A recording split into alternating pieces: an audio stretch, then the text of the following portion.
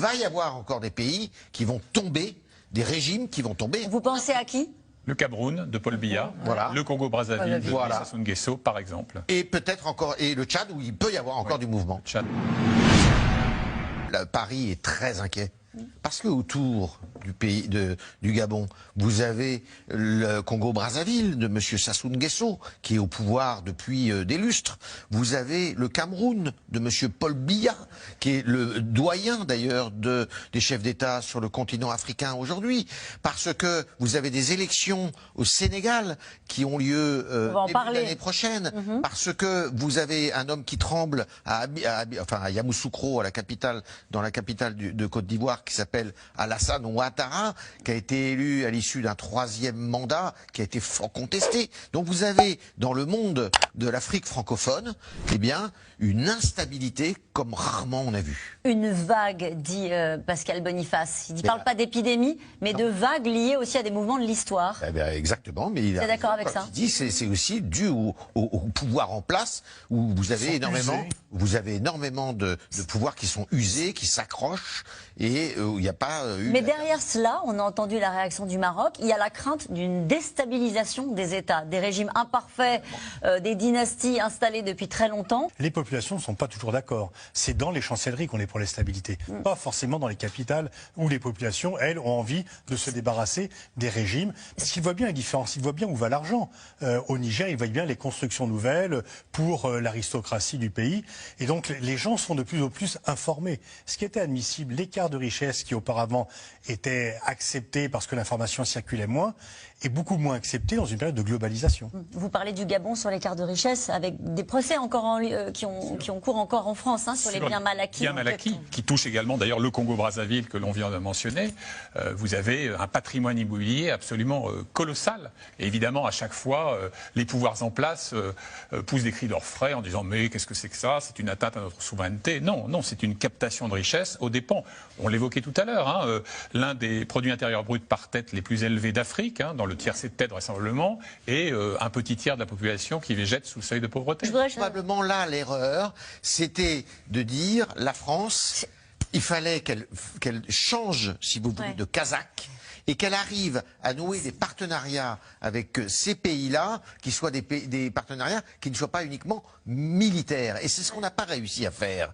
C'est pas ce qu'on a réussi à faire. Et par ailleurs, dans d'autres pays autour, dans le golfe de Guinée, par exemple en Côte d'Ivoire, mais aussi en Afrique centrale, on n'a pas su dire à des dynasties finissantes ou à des chefs d'État finissants que c'était l'heure de partir. Ça va mal se finir. Moi, je vous fiche mon billet que d'ici à la fin du quinquennat du président Macron, il va y avoir encore des pays qui vont tomber, des régimes qui vont tomber. Vous pensez à qui?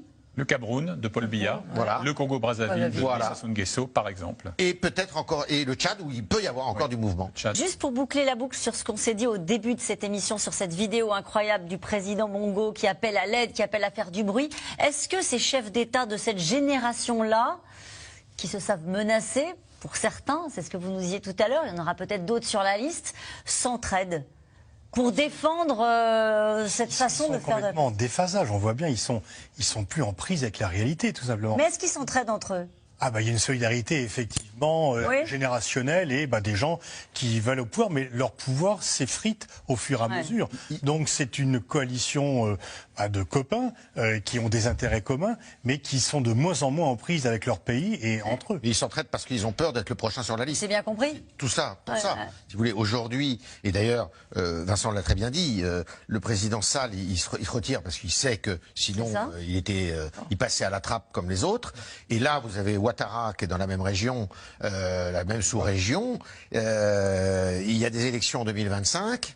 Ça va être compliqué pour lui de quitter le pouvoir, mais il sait qu'il ne peut pas faire autrement. Et donc, vous avez bien vu que la CEDEAO, dès que le président Bazoum, il y a eu le coup d'État, tous les présidents ont fait bloc avec lui parce qu'ils se sont dit on est le prochain. La dynastie Bongo tombée, que peut-il se passer chez les voisins d'Afrique centrale rapidement? Question d'Achille en Isère. On l'a évoqué tout à l'heure. Je pense que les nuits de Paul Biya, le Camerounais, de Denis Sassou Nguesso, le Congolais, sont assez troublées en ce moment. Au Cameroun, comme ailleurs sur le continent, le putsch au Gabon fait la une des journaux. Ce coup d'État, le 7e en 3 ans en Afrique francophone, ne manque pas de faire parler ici dans un pays où le chef de l'État, Paul Biya, a été élu pas moins de 7 fois, avec des résultats souvent proches du plébiscite. La mauvaise gouvernance, nous en souffrons. Donc ça ne nous surprendrait pas. Ce n'est pas notre souhait. C'est pas notre souhait. Mais franchement, ça ne nous surprendrait pas. Le président camerounais Paul Biya est au pouvoir depuis des décennies, 40 ans pour être exact. À 90 ans, il est le doyen des dirigeants du monde, réélu en 2018 pour 7 ans avec 71% des voix. Quand ce mandat arrivera à expiration, vous serez informés sur le point de savoir si je reste ou si je m'en vais au village. Son principal rival, l'opposant historique John Frundi, est décédé en juin dernier à l'âge de 81 ans sans avoir jamais pu s'imposer au scrutin présidentiel. Pour autant, au PCRN, le Parti camerounais pour la réconciliation nationale, on croit au respect de l'ordre constitutionnel et à l'alternance par les urnes.